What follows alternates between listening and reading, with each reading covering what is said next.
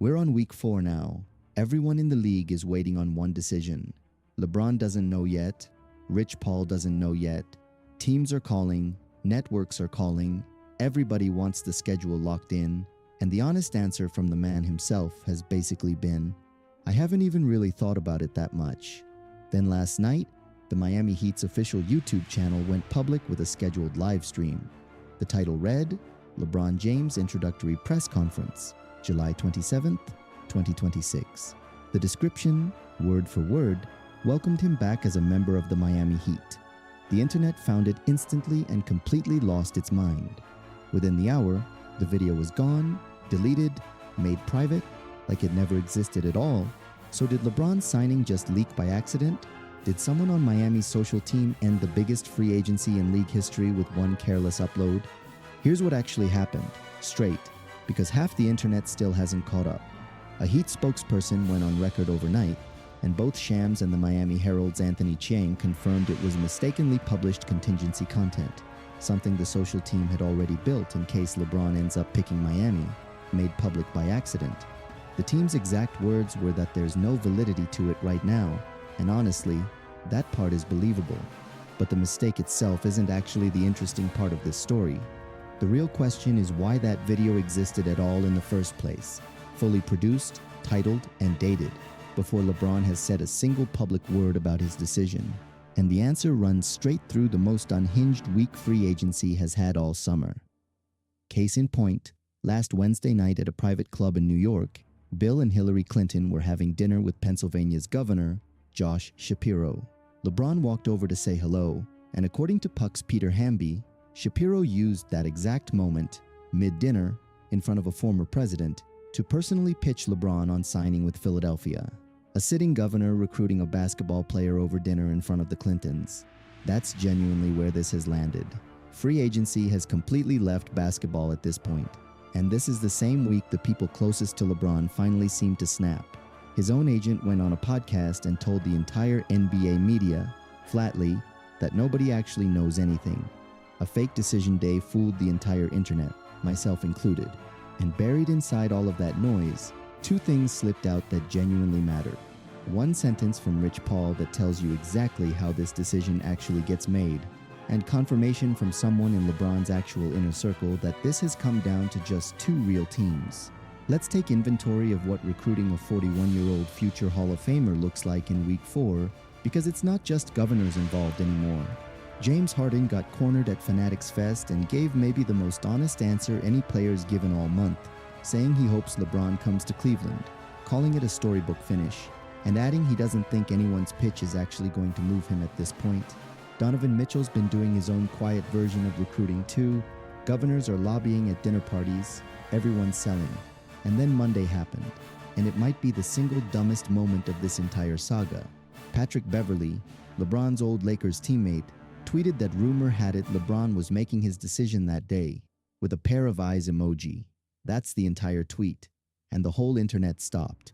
Cavs Twitter lost it, Heat Twitter lost it, sportsbooks actually moved their lines, and everyone sat refreshing for 6 hours straight. Nothing happened. No decision, no announcement. One grown man posted an emoji, and the league collectively held its breath for an entire afternoon. If you're new here, we cut through exactly this kind of noise every week and try to find what's actually verified. Hit subscribe so you catch the next update, because this story keeps finding new ways to get weirder. While all of that chaos played out, the actual gatekeeper of this whole decision was sitting calmly in front of a microphone explaining that none of it matters.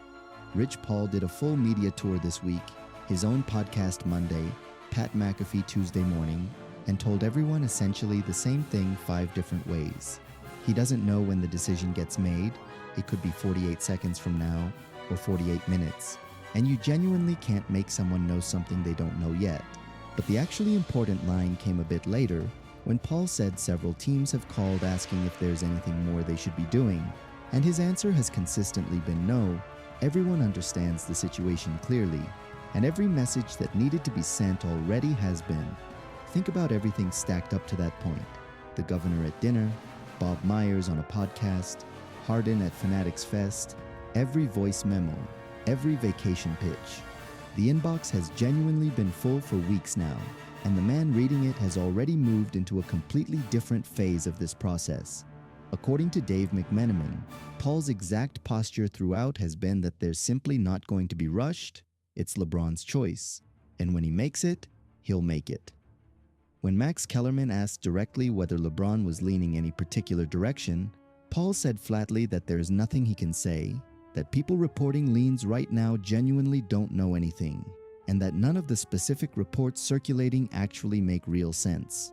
He repeated the same message again Tuesday morning on Pat McAfee, saying it's a unique position to be in, that you have to be happy for someone who's earned this kind of leverage, stay patient, and that wherever LeBron ends up, he'll be genuinely thrilled for him. So if the store's genuinely closed, what exactly are all these sources basing their reports on? You've almost certainly seen the tweets: LeBron leaning Cleveland, LeBron fascinated by Philadelphia, LeBron open to Golden State if they land Anthony Davis. Rich Paul addressed this directly too, and didn't hold back, saying plainly that none of these people know anything, because by definition nobody could know anything yet, since the information itself doesn't exist. This is meaningfully different from what we covered in our last update, where a reporter admitted defeat and said nobody knows anything. This time, it's coming directly from LeBron's own agent, the one person actually in the room, confirming that every lean, every vibe, every source claim from the past 3 weeks was, by necessity, pure guesswork. So if nobody actually knows anything, why won't any of this stop? First Take floated a theory worth mentioning, that it probably feels good to be 41 years old in your 24th season and still have the entire league talking about you at this level.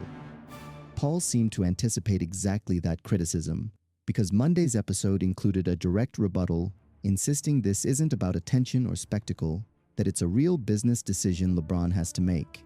Agents don't usually bother denying accusations nobody's actually making, so the fact that Paul felt the need to say that at all tells you the "he's milking this" narrative had gotten loud enough to actually reach LeBron's inner circle. Even Commissioner Adam Silver got pulled into the mess this week. He'd already publicly said where LeBron ends up will directly affect the league's schedule, and that he'd like an announcement soon so the schedule can actually get finalized. Kellerman brought that comment up directly to Paul on Monday, and Paul's response was somehow both diplomatic and pointed, saying he'd actually discussed it with Silver personally in New York, that it's still LeBron's choice, and that they're simply not going to be rushed regardless. And right on cue, Draymond Green jumped in publicly to defend LeBron, arguing that Silver's public pressure campaign might actually slow the decision down further, while also predicting LeBron's choice comes sooner rather than later anyway.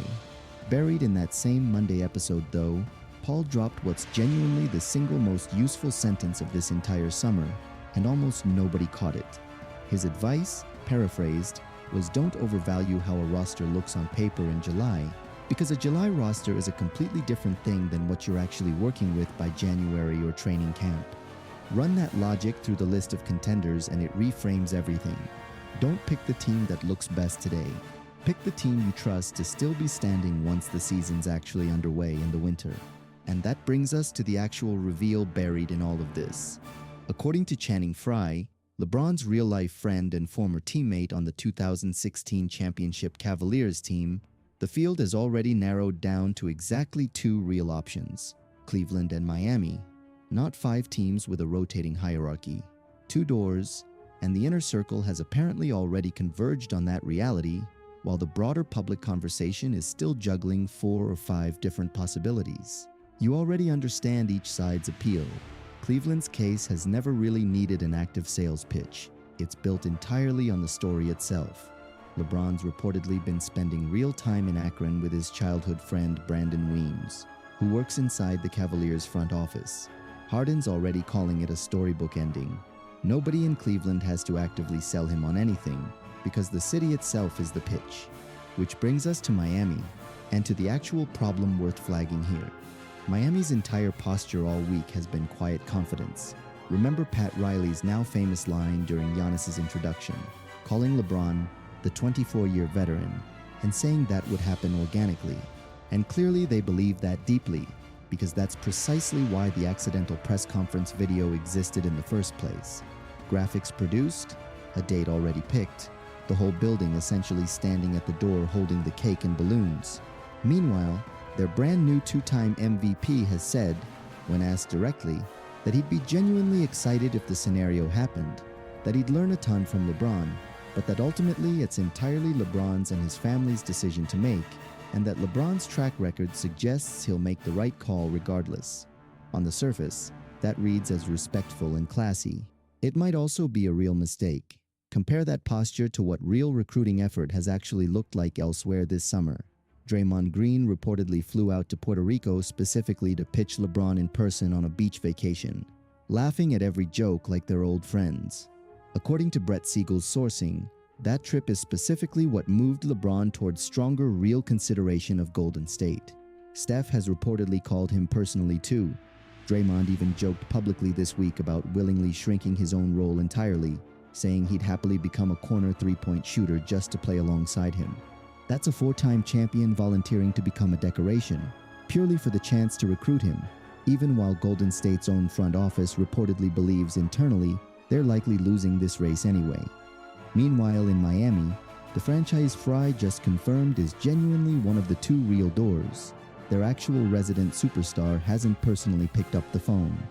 Kendrick Perkins put it about as directly as possible, saying that if Miami wants real traction here, Giannis needs to personally make that call himself, since he's already completed his own introductory press conference and has nothing left to lose by reaching out directly.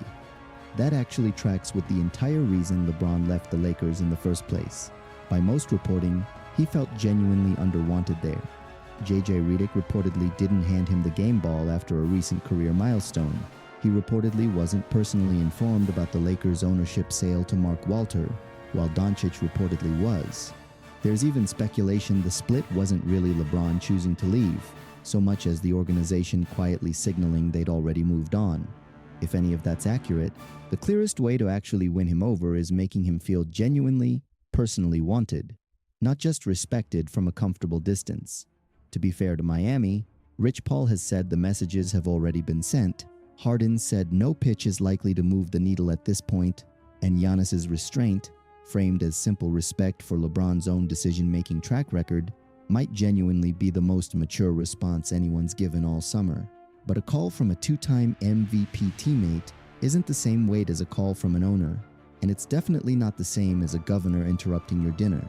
It's peer-to-peer, legend to legend, personally saying he wants to chase one final championship specifically alongside you. The Puerto Rico trip already proved a personal gesture like that can genuinely shift the needle. If this really does come down to a coin flip, and Paul's own language, 48 seconds or 48 minutes, suggests it might, Miami could spend the next decade wondering whether one actual phone call was the entire difference.